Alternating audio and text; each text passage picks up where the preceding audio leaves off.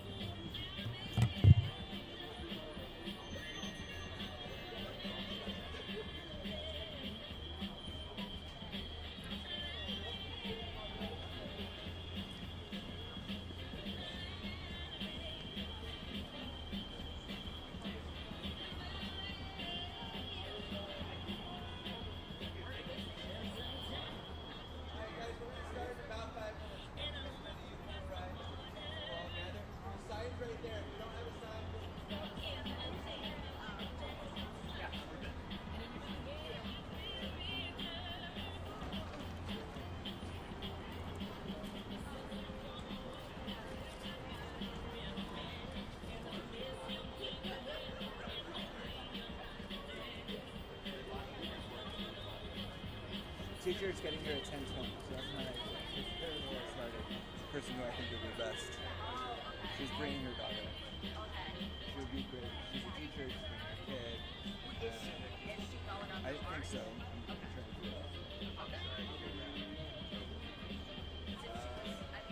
Planning on just kind of making her way into the march or into the rally, and still get some video footage of her. She's speaking at the rally. Oh, she is? Yeah. Okay. Oh, she's just getting there. Yeah, She's driving She is a lot 10:20. in traffic. Yeah. Oh my gosh, excellent. I think she would be bad. She's not planning to go along, but potentially just get her walk with and march a little bit with us. Get her along the walk. Once you get there, there's 500,000. So like a lot of people would look at starting there to not do the long walk with everybody. But yeah, so there's a ton of people. A lot of people start there. We're gonna join up with a huge crowd. It'll be a smaller community. Yeah. So we may potentially, depending on if we need more video inside too. So if she's doing, but I guess we can wait. And if it starts, I think we'll have to wait.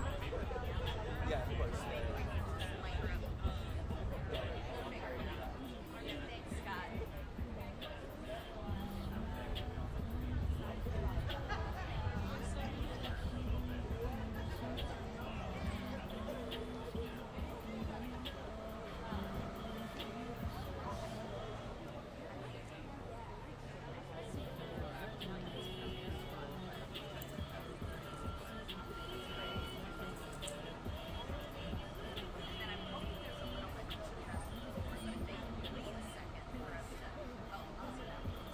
Yeah.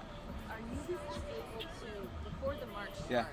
we're just going to run, we were going to run our gear to the car and then go handheld for the march Okay. with our Yeah, cell phone? Are you leaving like right away? Can you? There'll be a few minutes. Okay. I have to get everything inside. Perfect. Yeah. Okay. We're just running right there. So Okay. as long as it's not immediate, we'll still be able to Okay. do it. If you have to bring that inside anyway, we'll have enough Yeah, time. yeah. Hoping someone else will help us out with it. But yeah. Okay. Okay. Thanks. I'll be right back.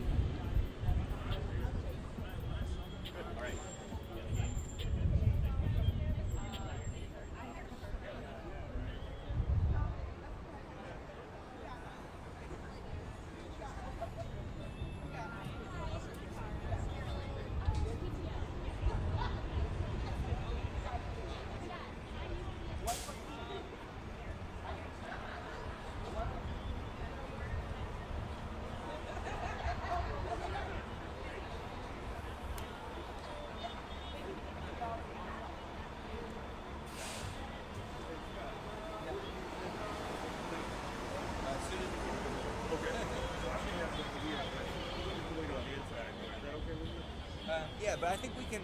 But like, yeah, because.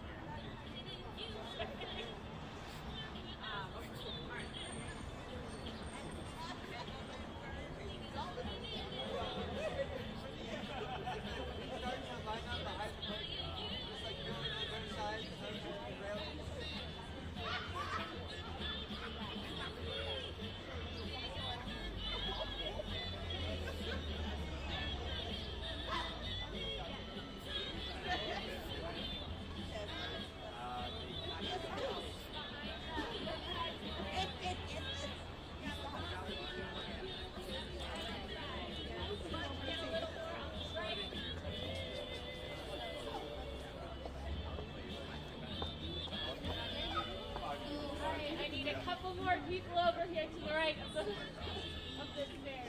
Thank you.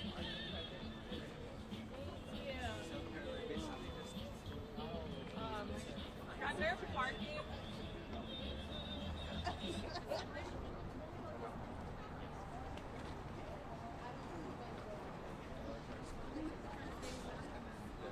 Yes, let's start that now. And then the and then DC. It's not that. Hello? Hello?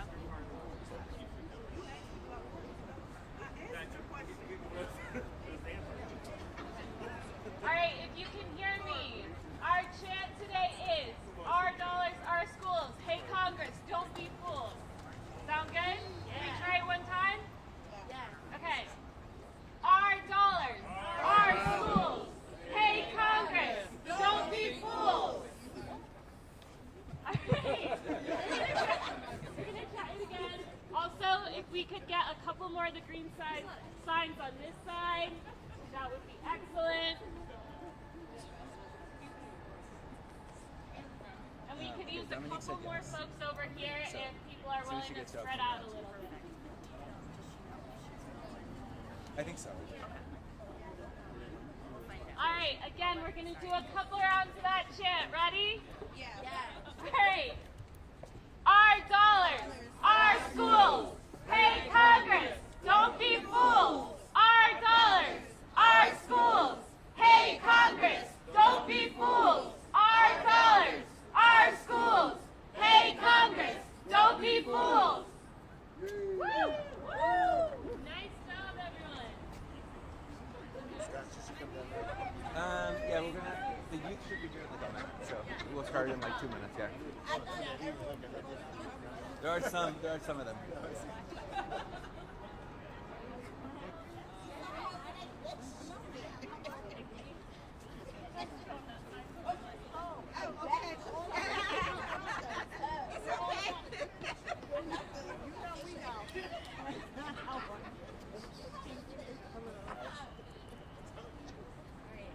All right, this is on.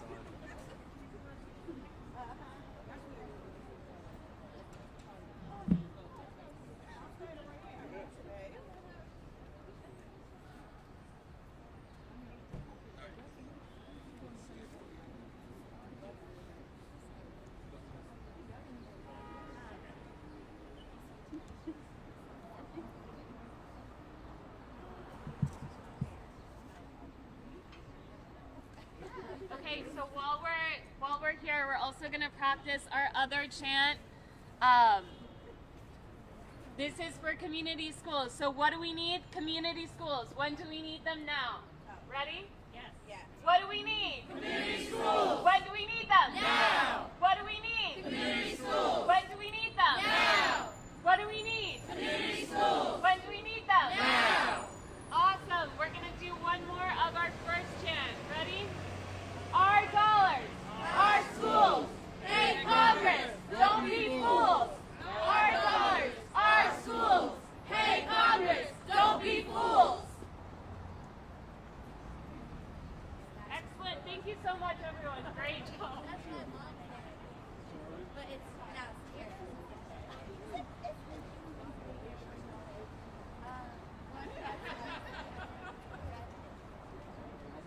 Hello, hello, hello.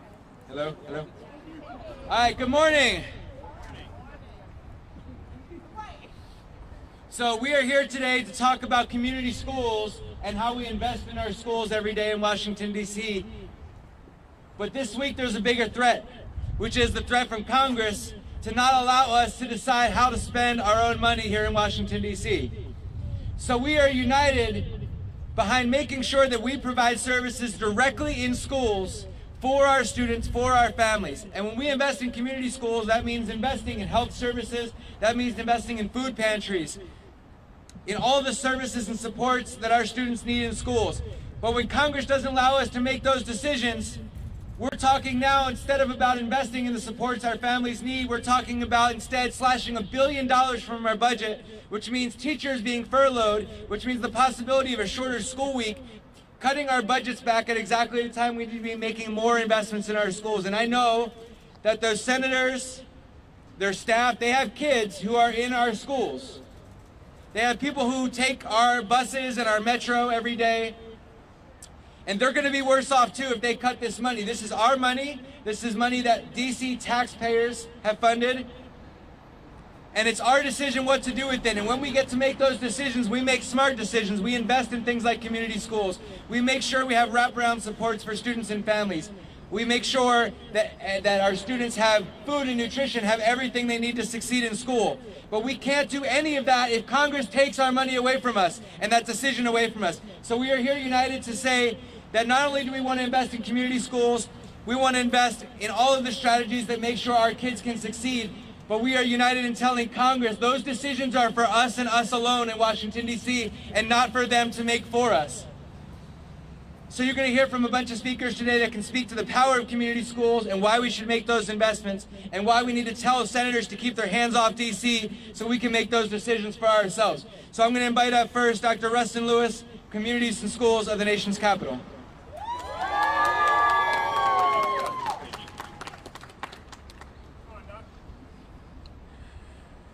Good morning.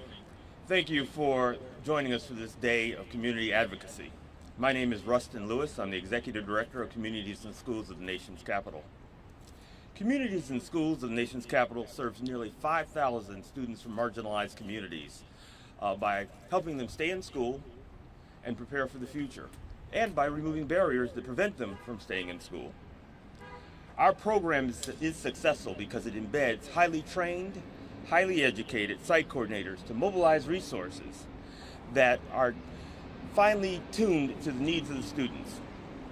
These needs include transportation, clothing, basic needs, academic supports like mentoring and tutoring. Let me just identify my site coordinators. Can you say something? All right, there they are. They are the ones that make this program work. They are the ones on the front lines in the schools every single day. Regrettably, our district is currently facing budget cuts from our federal government. This will ultimately lead to fewer supports, a cut to extracurricular activities, and larger class sizes. Our data has shown that when we remove barriers, students can learn, teachers can teach, chronic absenteeism rates go down, and public safety increases.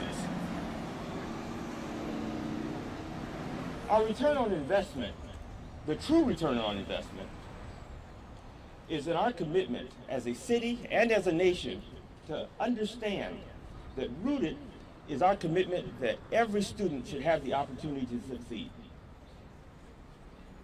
That vision is exemplified by one of our many site coordinators, Adonis Garcia. And I've asked him to join me here at the podium today. Mr. Garcia, here you are. Come on up, please. Mr. Garcia, Mr. Garcia was a student in CIS, an intern, and now he's a site coordinator at Eastern High School. He exemplifies why the community schools and the support for community services is so critical. Mr. Garcia, would you say a few words? Thank you. Good morning, everyone. Good morning, my name is Adonis Garcia, and I'm a site coordinator at Eastern Senior High School. The work that we do at Communities in School is essential for our communities. We create clubs, groups, programs that help our students to stay on track and overcome barriers such as transportation challenges, chronic absenteeism, limited bilingual resources. To truly support our students, we must develop innovative solutions that motivate them to stay engaged in school and try for success. I am living proof of the impact CIS can have in an individual. And as a student, I had a site coordinator who helped me, guided me, and believed in me. That support system helped me to achieve what I consider success. More than that, CIS gave me a community, one that shaped me into the person that I am today. For many bilingual students like me, CIS is more than just a program, it's a lifeline. It provides resources and essential opportunities that otherwise would be out of reach. This work is not just important, but it is essential for our communities. Thank you. All right, let me hear you say, our dollars. schools. Our schools. Hey, Senate. Hey, Senate. Don't be fools. Don't be fools. What do we need? Community schools. When do we need them? Now. What do we need? Community schools. When do we need them? Now. We're going to hear from one of our community schools coordinators at Tubman Elementary, Ricardo Garcia.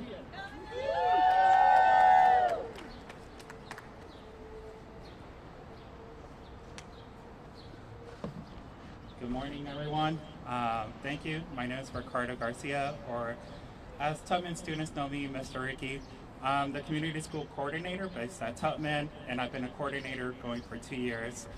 And I want to begin by saying that community schools is an investment in our students, our families, and our future. Community schools are more than just places of learning. They are hubs of opportunities for the students that receive our support. But none of this happens without coordination, with somebody bringing the services, the resources, the partnerships for our families. And here in DC, that need is undeniable. Many of our students qualify for free or reduced lunch, and the cost of living continues to increase, as many of our parents have shared with us. Through the community school grant, we are able to make a difference. It helps bring resources such as food pantries, clothing pantries, our newborn pantry that we're currently developing at Tubman Elementary, connections to mental health counseling, legal assistance for our families, and workforce development for our parents. It transforms our schools into hubs of opportunities where families can find the help that they need without navigating complex bureaucracies or being turned away to their language barriers. And it works. The proof is in the results. Since expanding community schools at Tubman, we have seen higher attendance rates, stronger parental engagement, and real impact on family stability. These investments don't just improve educational outcomes, they strengthen our entire communities. For example, one of the families that I work with directly arrived here last year, and from the moment that I was able to introduce myself to them at registration, I was able to ask them what they needed, and from there, we were able to provide them comprehensive support through our community schools, and they have made so much progress. We've connected them to our Mary Center insurance enrollment support to receive necessary healthcare services. The mother now receives adult education where she has strengthened her English skills and now has a lot of career preparation support. And every week they benefit from our food services insurance, ensuring that they receive nutritious meals. This wraparound service has truly transformed their lives, showcasing the profound impact of our community schools. If we are serious about creating access for students and families, if we are serious about giving a child a fair shot, then we must continue investing in essential programs and services to make that possible. The Community Schools Grant isn't charity, it is justice, and it's a means to long-term stability. It's what every child and every family deserves. And it's up to us to ensure that this support doesn't go away. Thank you. Thank you. Last year we were out here having a rally very similar to this because we saw cuts in the community schools program. There are threats like that again. But we can make those decisions locally. We can advocate to our council members because we have a mayor, we have a council member, we're our own city. So today we're focused on the threat that Congress is posing, which is making sure they keep our hands off our budget so we do not lose hundreds of millions of dollars from our schools, and we can make the smart decision to invest in programs like community schools. So we're going to hear from a few more advocates, from some elected leaders, but first we want to hear from a couple of the young people who benefit from these programs. So I'll ask the Latin American Youth Center to come forward, and some of you.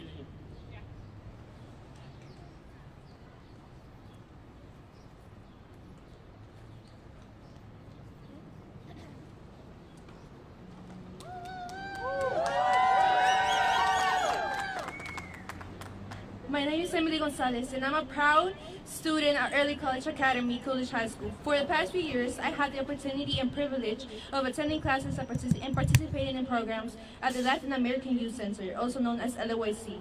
Through LAYC, I have discovered my passion for supporting youth mental health.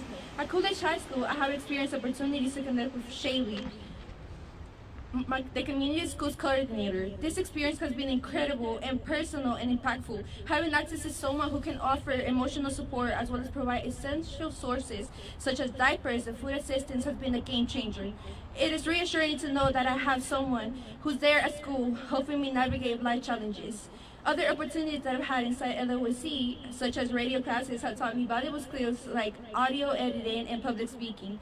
These experiences have not only helped me develop confidence, but also given me a sense of purpose. One of the most significant benefits of LOC is the sense of community it provides. As a Latina, I often feel at home when I'm surrounded by people who share my culture and my language.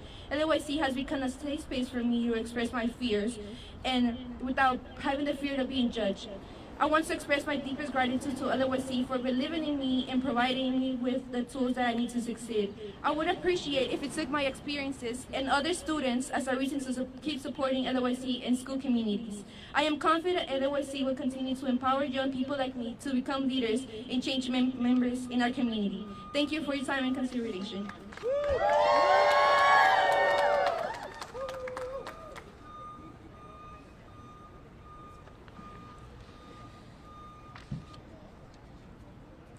My name is Jennifer Perez. I'm writing this letter to express and explain everything LAYC has done for me. A high schooler at Coolidge Calvin High School in the Early College Academy. I've been using all the resources in LAYC with the help of Shaylee, the community schools coordinator, since 8th grade. I am currently a junior in high school and in my first year at Trinity. And there hasn't been one day where I haven't felt alone with LAYC through my high school and college career. LAYC has opened up great help and opportunities from work networking and meeting people to knowing you have a safe space with mental and medical help to community hour opportunities with educational classes, food assistance, rental assistance, and so much more. The amount of opportunities offered at the moment with LAYC is excessively helpful to students, not only with the help and opportunities offered in the building, but also help offered to public schools. Shaylee has her office with Lila and Cassie, the promoter and pathway at Calvin Coolidge High School, who offer all these resources and even offer hygiene products to students who may need these day-to-day necessities and don't have access to them or are simply going through an unspeakable situation. Accidents happen in high school, and through them all, Shaylee and the resources she's been able to offer me through LAYC have never left me alone and have always made me feel secure and safe. I recognize that I wouldn't be where I am right now without them, and I know many of students in public schools will and have appreciated everything offered. Everything LAYC offers is essential and very much needed to students all over Washington, D.C. I'll forever be grateful for LAYC and Shaylee for keep supporting and continue funding schools, the promoter pathway, and LAYC. Know who truly needs funding and where your money's going.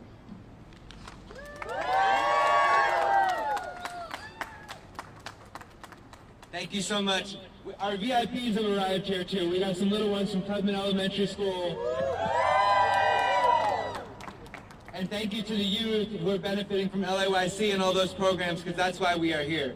On the front lines for decades on the fight for community schools and for more investments in our schools has been our teachers union. So I want to invite up the Washington Teachers Union and President Jacqueline Pogue-Lyons.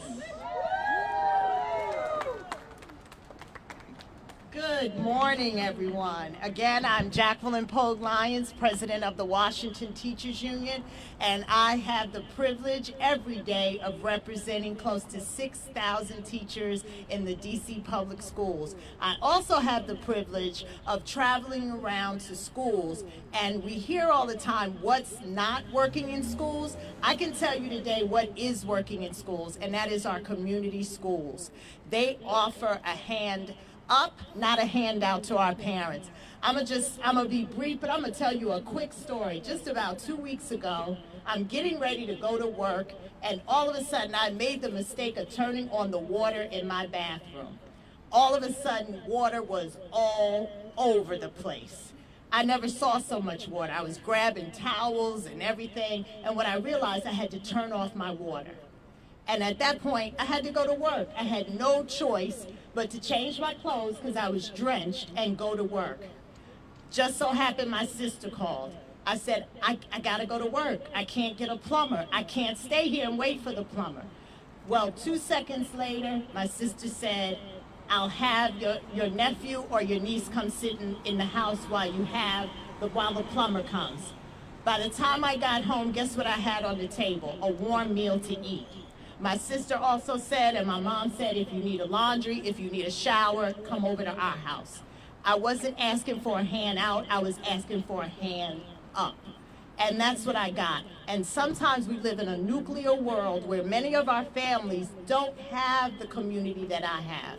They don't have someone that they can call if their water goes out, if their washing machine doesn't work, if they can't boil, don't have water to boil. This is what community schools offer. They offer a pantry if you need peanut butter, if you need bread to make it through the end of the month. They have washing machines, dryers, showers, just in case you have those little incidences that happen during the week, during the month, that you just can't handle. And when we offer these services to our families, to our students, that improves attendance. And when attendance is improved, that means outcomes are improved. So we have to think about the fact that right now, that way and this way and the other way, with the Department of Ed, with Capitol Hill, they're about to take away from our students in the District of Columbia something that other students have all around this country, which is an education, a chance, an opportunity. That's all people are asking for, is an opportunity. They don't want a handout, they just want a chance. And that is what community schools offer. And I keep telling everyone, what we're going through right now is not a sprint, it's a marathon. And what we have to make sure is that we are out here to protect our kids. I want to remind you that just about 4 years ago, we were in COVID, and our kids were inside. Teachers did all they could virtually. We did what we had to do when we came back, and now we're seeing glimpses of improvement. Just little glimpses of improvement coming back from the devastation of COVID.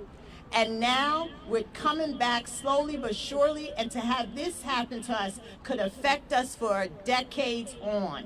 So what I'm going to ask people to do is to continue to stay organized, mobilized, because what you're fighting for is the future. We're fighting for our treasure, which are our children of the District of Columbia, and they deserve the same thing that other children are getting around this country. So thank you for giving me an opportunity. Thank you for listening, and let's stay ready to organize to protect our students. Thank you. Our money. Ready? Our money. Our schools. Hey, senators. Don't be fools. Our money. Our schools. Hey, senators. Don't be fools. Our money. Our schools. Hey, senators. Don't be fools. So, the guy in the White House and a lot of people up on the other end on Capitol Hill say they want our schools. They say they want our city to be safe.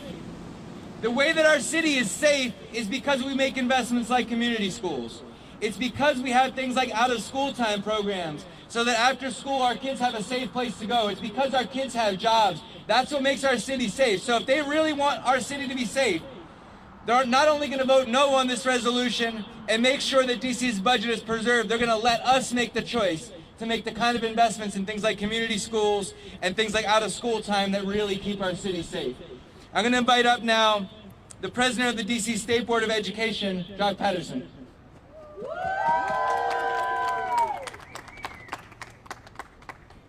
Thank you, Scott.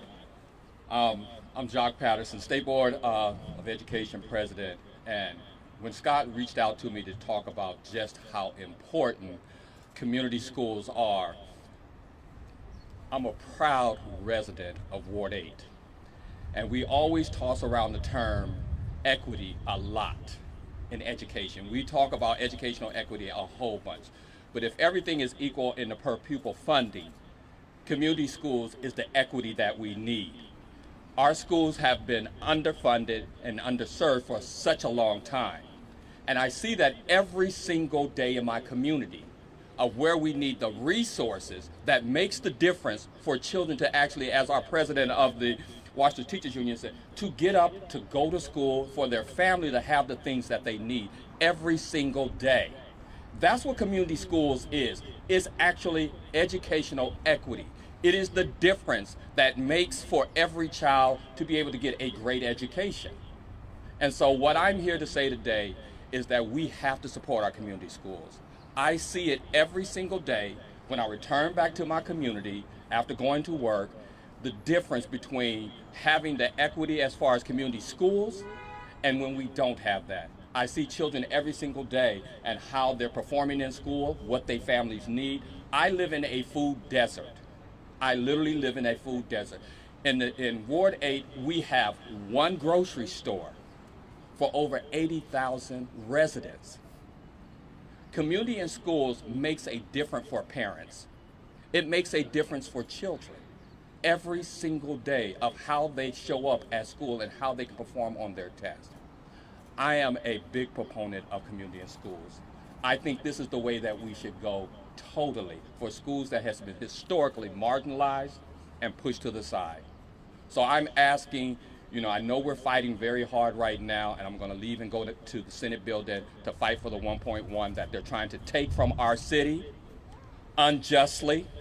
I'm going to go there and fight for that. But right now, I need our council member. We have a council member that's here, Ms. Nadeau, to tell her colleagues this is an important issue for kids who live in communities that have been underserved.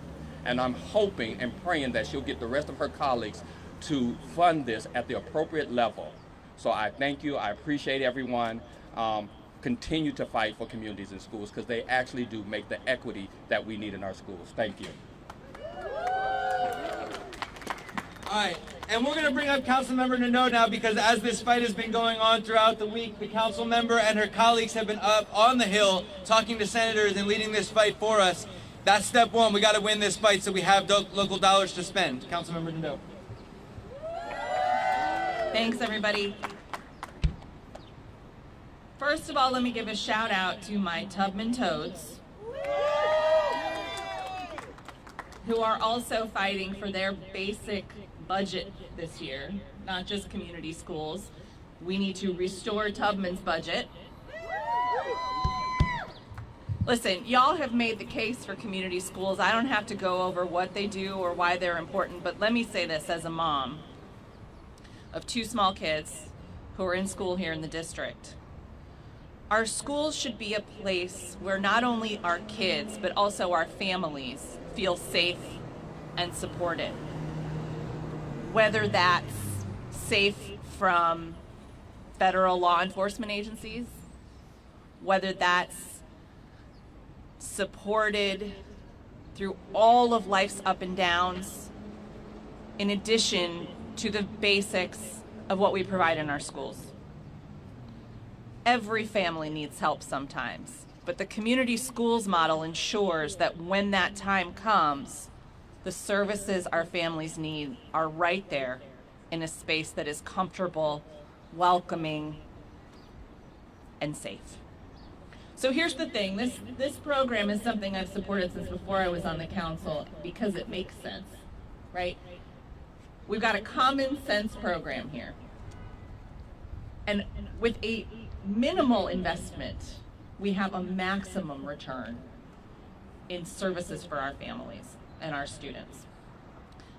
And like many great programs, this one is always under threat, right? We had to fight to get the funding back last year when it was zeroed out, and we need more this year. Of course, it's complicated to have this conversation at the same time that we are fighting for our lives on Capitol Hill, but it is critical that we have this conversation because we are going to find a way to win on Capitol Hill so that we can get back to the business of the District of Columbia. We are going to find a way to win, ladies and gentlemen, okay? All right. So let's talk about that for a second. Because we're all calling our senators today, right? All the senators. We don't have senators, right? We don't have senators. We've got all of our friends and family across the country calling Democratic senators, calling reasonable Republicans who can vote against that continuing resolution that would gut $1 billion from our current fiscal year. When we talk to them, ask them, so which teachers should we be cutting? Which classrooms should we be doubling in size? Which school communities should we be taking resources away from? Because that's what you're doing when you cut $1 billion in the middle of a fiscal year from DC's duly passed, balanced budget. And we're not going to stand for it, are we? No. All right. I am very proud of the way the District of Columbia residents have come together this past week to show up and speak out on the importance of all of our programs and the importance of defeating this continuing resolution on the Hill this week. Today, though, here, right now, I want to lift up the importance of this program, which has served so many families here in the District of Columbia over the years, which needs to continue to exist and continue to expand. Thank you for being here today, and let's knock them dead on the Hill today. Thank you, council member. So in just a minute, we're going to head up to the Hill, and we're going to give the senators that message, and we will be joined by over 500 families who have signed up to bring their kids up there to the Hill today. So some of us are going to march from here. We got hundreds of families that are already up there on Capitol Hill waiting for us, who we're going to join and knock on those senators' doors and make sure they get that message. Before we do that, we're going to hear from one more person, an educator. So I'm going to bring up Dominique Moore, who has been a teacher at a community school and knows the values of those schools and those programs and why we need to keep those investments here in DC. Good morning, everybody. Thank you for being here. I know it is cold and windy this morning. I am here again for the second year in a row to advocate for our beloved community and connected school programs. I am a proud Ward 8 special education teacher. I was previously at a connected school, and now I'm at a school that does not have those services. So I am here today to tell you 10 reasons why community and connected schools are imperative in our district. Schools and community are essentially one big ecosystem that we need to continuously bridge the gap for. Connected and community schools brings resources, stakeholders, and opportunities for our families and our schools to have equity and inclusion. The first reason that we need to continue and expand our community and connected schools model is that the community schools that we do have show improved academic achievement. We offer tutoring, after-school programs, and they boost and support student learning. The second one is increased family and community engagement, providing resources, workshops, resources for employment for families, and those things also help boost morale in our families. They feel like they have a place and a sense of belonging when they come to the schools. The third one, which is a really big and imperative reason, access to health and social services. Community and connected schools offer mental health support, counseling, and medical services for students and families. Now, as I said, I am a Ward 8 teacher, and the Ward 8 east of the river unfortunately does have a higher influx of gun violence. Those things are needed for our students and our teachers and our families to be able to continue to have positive mental health support services. Number 4, positive school climate. Number 5, extended learning opportunities. Number 6, reduced disciplinary actions. When our students have resources and people around them that look like them, understand the struggles that they have been through, and live similar lifestyles, they are often able to relate to these people more, and they open up. There's a sense of trust and belonging. And we all know the one way to build relationships is trust. Number 8, strong community partnerships. Connected schools with local businesses, organizations, volunteers, and additional resources also boost the success of our schools. Number 9, our students need college and career readiness. These CTE programs, these resources, these community-based organizations that come into the school and are able to partner with our schools and our parents and our students, boost the opportunities and exposure that our students have. And number 10, which I probably should have made number 1, is equity and inclusion. Having community and connected schools bridges the gap to alleviate some of the inequity and disparities that our students face in some of these neighborhoods, and regardless of their background. So we need to continue to fight, to push to have equity and inclusion in our schools. And as we fight for the expansion of community and connected schools, I urge the council and Congress to continue to look at the equity in between these two programs so that we can continue to streamline them. As Scott said before, I was a teacher at a connected school. In the past, we've had food pantry, laundry services, therapy support services, and now I'm at a school that is not a connected school, and I got an email the other day, and we are trying to raise money on the inside for uniforms.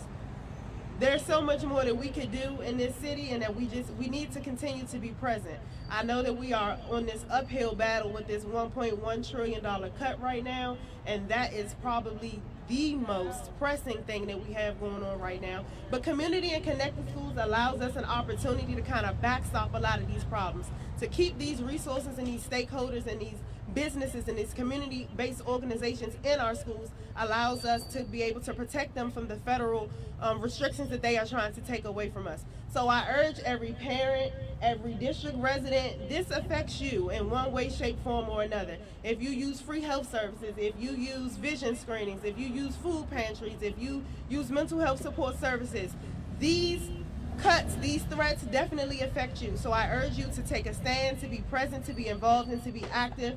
And I thank you for the opportunity, and let's go to the Capitol. We hear from one more person before we head up there, and I want to say that we had a teacher the other day who was talking about the benefits of community school models, and they said they had someone come in and do the vision screening, and their students got glasses that they didn't know that they needed, and they saw dramatic improvements in their performance just because they were able to come in, do the vision screening, and get glasses for their students. These are the things that make a difference. One of our longest running champions for community schools is our Ward 7 State Board of Education member, Ebony Rose Thompson.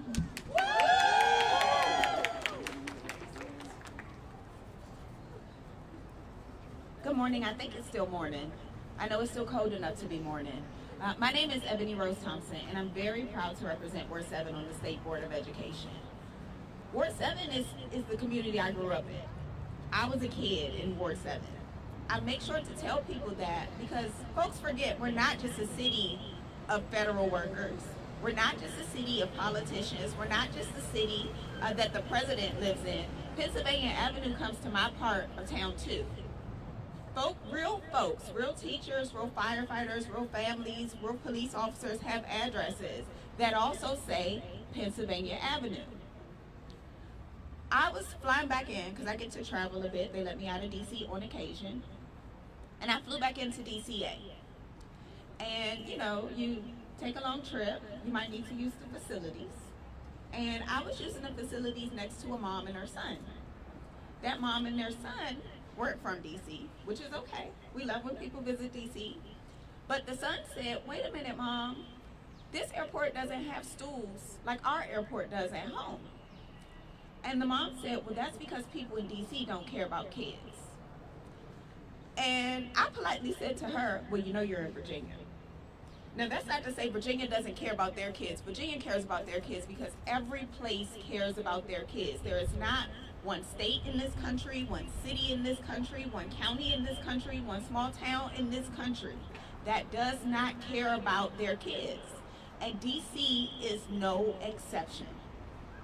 We have to, unfortunately, remind folks that we are real people who are from DC. All too often, we hear no one's from DC. Well, I'm proud to say I'm from DC. I'm proud to say these babies behind me are from DC. I'm proud to say we have great teachers in DC and great schools in DC. And as we talk about our kids being our treasure, we need the folks who are visiting DC, who don't live in DC, who come here for work, who are supposed to work for us too, because we are not a state, to stop messing with our treasure and give us our treasury. Thank you. We're going to say, don't be fools, fund our schools. Ready? Don't be fools. Fund our schools. Don't be fools. Fund our schools. Don't be fools. Fund our schools. Thank you to everybody who came out. If media folks who are here have a couple questions, we have folks who work in community and connected schools who can take a couple questions, and then we're going to march up to the Capitol together. Any questions?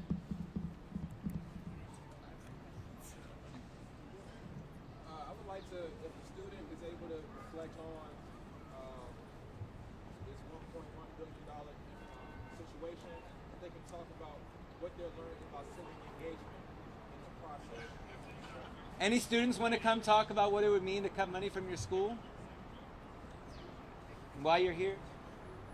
What would it mean if you're a student and your money was cut from your school? Anyone want to share? Our students who spoke before, can you guys come back down?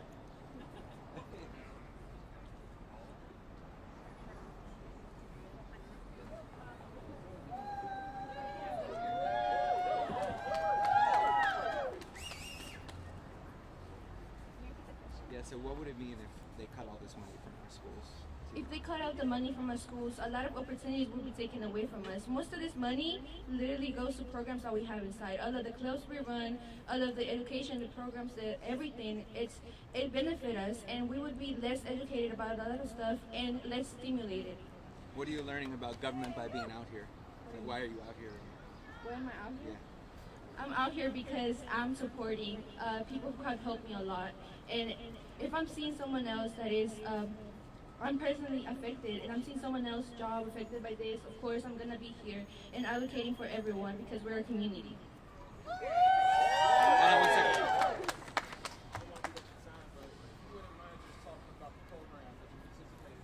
Yeah.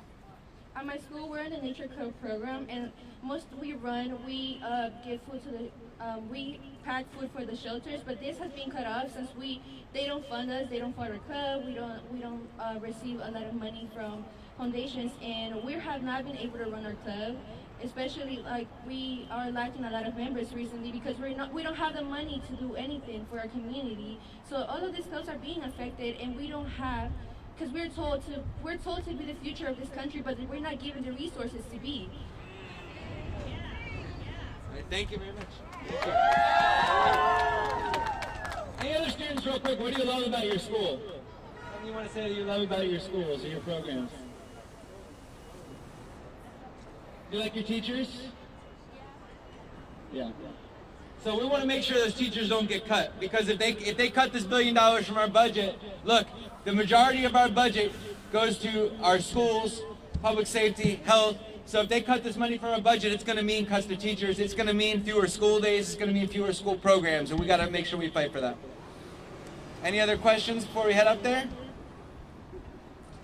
All right. So one more time, the chant: don't be fools.